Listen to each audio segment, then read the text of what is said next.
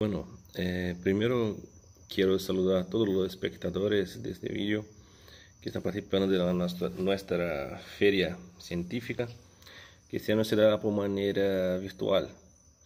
Y aquí les dejo en nombre de todo mi grupo nuestro agradecimiento de antemano y que sean todos bienvenidos, ¿no? Mi nombre es Hildebrando Teles y yo soy miembro del grupo de endocrinología C y de la carrera de medicina. Quiero agradecer en nombre de todos los integrantes de mi grupo, a todos los presentes, y espero que podamos transmitir el mayor conocimiento posible sobre el tema que fue seleccionado para presentarlos. En este video vamos a hablar sobre hipogonadismo congénito. Entonces, ¿estás listo? Empezamos. Durante este video explicaremos un poco más sobre qué es el hipogonadismo congénito, tratando de identificar sus principales causas, así como los principales síntomas que se presentan.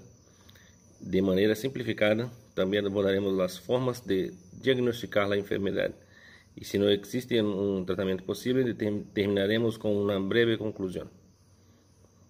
Espero que les guste el tema. Empecemos. Bueno, entrando entonces a lo que sería la etiología del hipogonadismo, tenemos dos clasificaciones: el hipogonadismo primario, que aquí, como podemos ver en la imagen de la derecha, afecta a los testículos. ¿Y qué se pasa aquí? Ocurre que los testículos no tienen la capacidad de responder a estas dos hormonas, la hormona FSH o hormona folículo estimulante y la hormona luteinizante. ¿Y para qué sirven estas dos hormonas? Sirven para estimular a los testículos para que produzca la hormona testosterona. Entonces, en este caso, nosotros tenemos el estímulo, las dos hormonas, pero el testículo está fallando y no es capaz de la reconocer para producir esta hormona. Y en este caso se puede observar algunas alteraciones como una falla de los túbulos seminíferos, que es una zona que está ahí en los testículos y es donde se producen los espermatozoides. Entonces, con esto hay una falla también en la espermatogénesis, que es el proceso de formación de los espermatozoides. Y hay también un aumento de la cantidad de células o hiperplasia de las células de Leydig, que son las células capaces de producir esta testosterona. Bueno, pasando al hipogonadismo secundario, podemos ver aquí en la imagen de la izquierda esta zona de color rojo, principalmente más arriba, este redondito de arriba. Esta zona se llama hipotálamo y esta es la zona afectada. Y aquí se pasa algo diferente. Aquí el hipotálamo no es capaz de producir la hormona liberadora de gonadotropina. ¿Y para qué sirve esta? Para estimular la producción de la hormona FSH y LH. Entonces, aquí ya tenemos la diferencia, ¿no? El hipogonadismo primario afecta a los testículos y el hipogonadismo secundario afecta al hipotálamo. En el primario tenemos un aumento de la FSH y la LH. El hipogonadismo secundario, como no la produce, consecuentemente hay una disminución de estos niveles de esta hormona. Los signos y síntomas de una persona que padece de la deficiencia de testosterona va a variar de acuerdo con la edad en que la misma se presenta. El hipogonadismo congénito pueden pensar en tres fases en la vida de una persona, siendo esas fases en la vida intrauterina, en el comienzo de la infancia y en la fase adulta. En la vida intrauterina, puede ocurrir en el primer trimestre, segundo trimestre y en tercero trimestre. En el primer trimestre, la aparición del hipogonadismo en el primer trimestre va a ocurrir una diferenciación masculina inadecuada. En casos de una ausencia total del efecto de la testosterona, pode ocorrer um resultado de genitales externos femininos de aparência normal. Pero em casos de uma deficiência parcial de la testosterona, já pode ocorrer cambios que vão desde genitales externos, ambíguos, hasta las hipospadias. Pero em um segundo trimestre, pode resultar testículos de micropene e criptorquídea, tanto em um segundo quanto em terceiro trimestre. Já em começo da infância, vai ter pouquíssimas consequências e generalmente se reconhece solo depois do retraso da puberdade. Em la fase adulta, as pessoas podem sofrer umas consequências, como a diminuição da libido, uma disfunção erétil, um deterioro das habilidades cognitivas e transtornos do sueño e hasta outros mais. Bueno, eu vou falar um pouco sobre o diagnóstico do hipognatismo congênito. O hipognatismo congênito pode ocorrer tanto em la niñez como em la fase adulta. Em la niñez, o que pode ocorrer é o retraso da puberdade e o desenrolo de cambios. E em la fase adulta, os signos e sintomas são inespecíficos ou pouco sensíveis. Em todo caso, tem que ser uma valoração e uma confirmação de todos os hormônios para saber se existe ou não esse hipognatismo. O hipognatismo congênito tem dois tipos, primário e secundário. E temos que mirar a quantidade de hormonas de cada uma para saber diferenciá-las. Então, a hormona luteinizante, LH, e a hormona estimulante do folículo, FSH, são mais sensíveis ao hipognatismo congênito primário, como também a redução dos níveis de testosterona. Então, essas duas hormonas, LH e FSH, ajudam a diferenciar os tipos de hipognatismo, primário e secundário.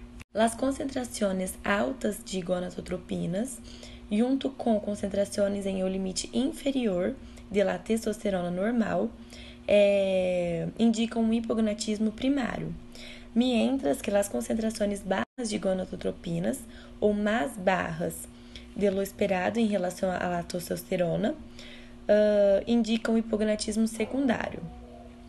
Alternativamente, em loninhos de baixa estatura, com retraso puberal, as concentrações baixas de testosterona associadas com concentrações baixas de gonadotropinas podem resultar em um retraso constitucional de la puberdade.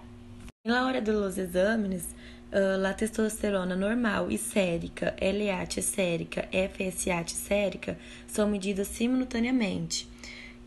Não se olvidem de que a testosterona deve ser medida por la manhã,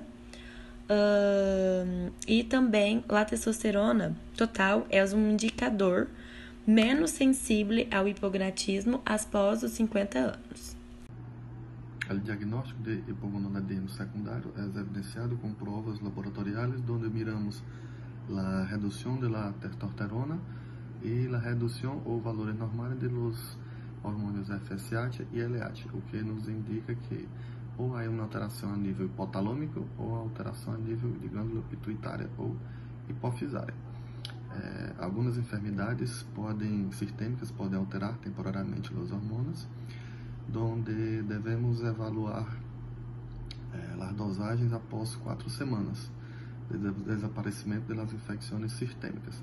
Em adolescentes se pode considerar a prova de estimulação com hormônio liberadora de gonadotropina, GnRH, que se os níveis de FSH e LH aumentam em resposta à hormona intravenoso, a puberdade simplesmente se retrasa. E se as concentrações não aumentam, é provável que se trate de hipogonadismo verdadeiro. Bueno, eu sou Carlos Rafael. Eu vou apresentar a parte de tratamento.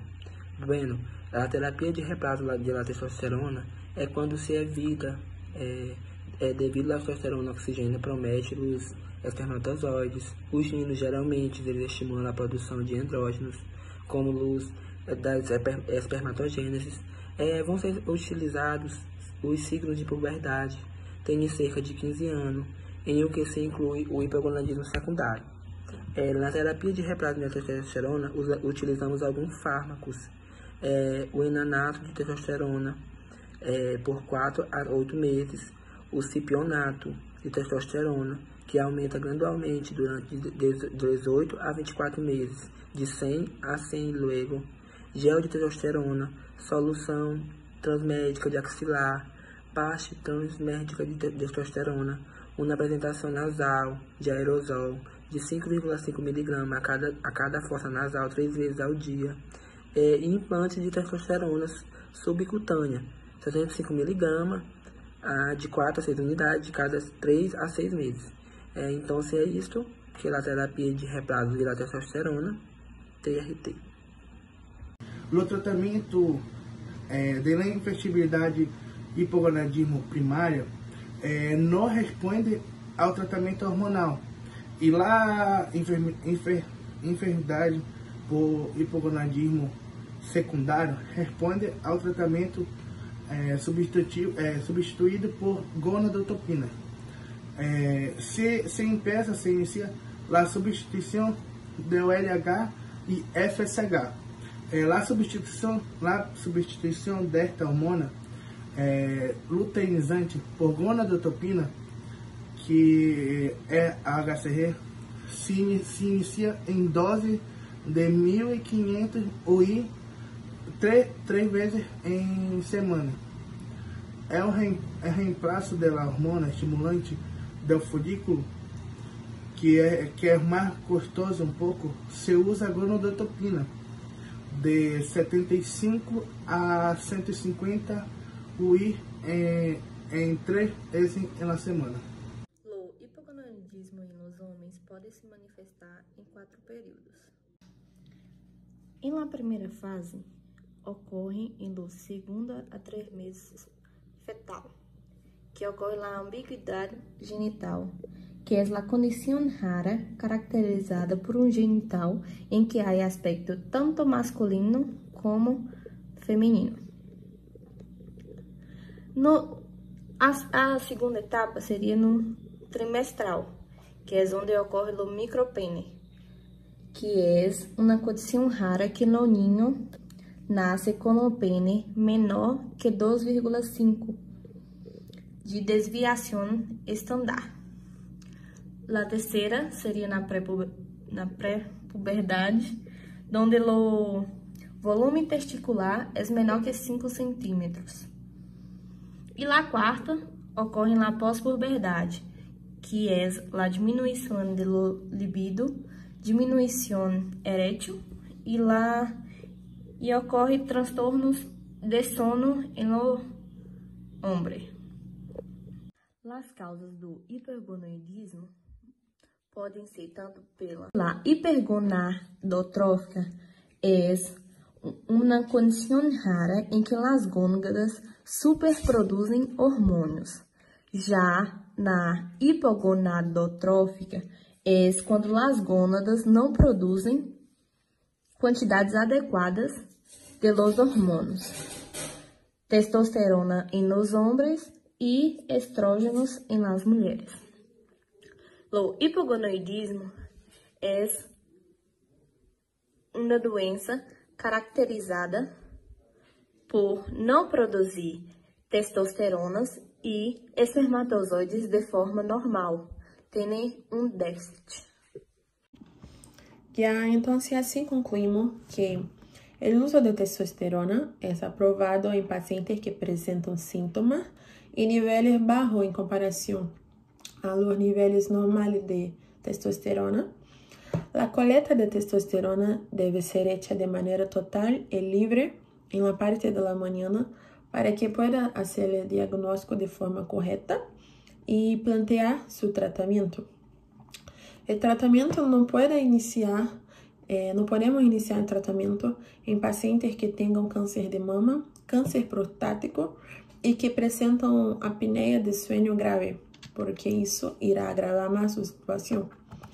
Las dosis para tratamiento de testosterona deben ser hechas de manera que podemos alcanzar sus niveles fisiológicos, sus niveles normales, y que los efectos colaterales están asociados a los niveles suprafisiológicos.